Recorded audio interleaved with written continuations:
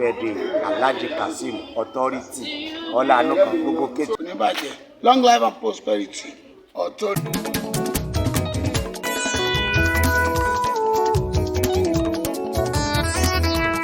Happy birthday Alhaji Kazeem Authority.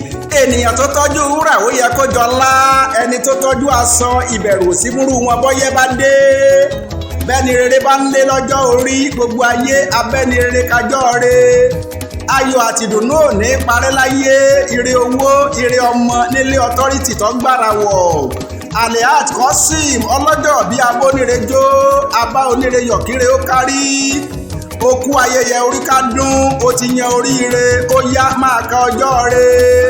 Ìbànújẹ́ ò ní gbapò fáyọ̀ rẹ àmì, àkànàmàgbò ní pọ́dún jẹ àìmọ́wù.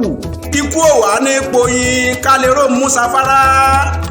Àrùn onísọ̀gẹ̀dẹ̀ rẹ àmì, a ti rí ọmú yẹn gàn lódò ó ti wá. Bó o bá lo gba ọdún láyé, ení ni kó o fi ṣe.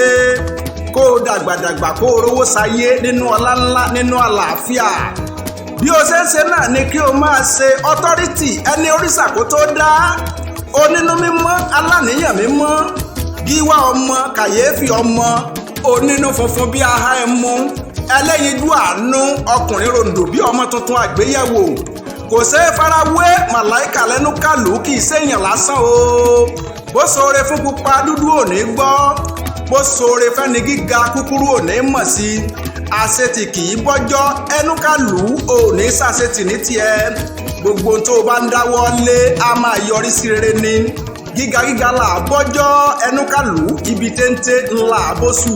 Ènìyàn ò ní kú sí ọlọ́run o, ò ní rẹ́jọ́ o, ò ní mọ sàárè ọmọ. Ire gbogbo tí ń bẹ lọ́wọ́ rẹ ò ní bọ́, ò ní gbọ́mọ gbèbí èbù. Alhaji Kazeem Ọláìnúkan ọlọ́jọ́ bí máa jó síbi tó wù ọ́. Mo fẹ́ kí ọ bí wọ́n ṣe é kìran bàbá rẹ. Ìwọ lọmọ Ìbàdàn nílé Olúyọ̀lé ọmọ àjòrò sùn. Ìbàdàn nílé Olúyọ̀lé ọmọ ajẹ̀gbíjẹ̀karahun, ọmọ àfikàrahun fọ́ọ̀rí mu. Ìbàdàn mẹ́rú ẹrú àwọn bàbá rẹ̀ mẹ́rú, bàbá yín dàbẹ̀rú mẹ́rú lójú ogun. Ńlẹ̀ ọmọ òkè túlú ibú àsábàrí, igbó ruru níwájú ológun. Àsábàrí ó kọjà, ológun yìí kọrẹ́. Ẹ̀yà rọra bínú, ẹjọ́gun ó sinmi, ẹni bàbá yín bá pàjà yóò jìyà ọ̀tẹ̀. Ìbàdàn ìlú kúre, ìlú òjò, ìlú ẹ̀fúnṣetán aníwúrà obìnrin takuntakun, ìlú àjàyí, ìlú ògúnmọ́lá olódògbò kẹ̀rí lójú ogun, òwò ṣòkòtò kẹ̀m̀bẹ̀rẹ̀ bí ìjà. Alhaji Kazeem Authority bó o bá wá ń gbọ́ dídùn ẹnu mi, ẹni bí ẹni ló fi ṣẹ́ orin rán mi sẹ́ni rere. Alhaji Abdulrasheed Ináọlájí Àríkúyẹrí bàbá eléré ńlá lóníkémi Ọlálékan Ìṣọ̀lá ó máa kí yín ní kí ẹ̀yẹ. Àríkúyẹrí eléré yẹniyẹni ló ní kí n máa kọrin rere kí ẹni rere. Ẹ sọjọ́ bí èyí o, Ọláìnúkan ẹ̀ ṣe tẹ̀mí ìtòwó tọmọ. Ìgbà tó ń dùn yìí ti yín ò ní tán nínú ayé, ẹ ò ní kánjú báwọn nájà tí í jẹ́ wàràwàrà. Bọ́ Kazeem, happy birthday long life and prosperity.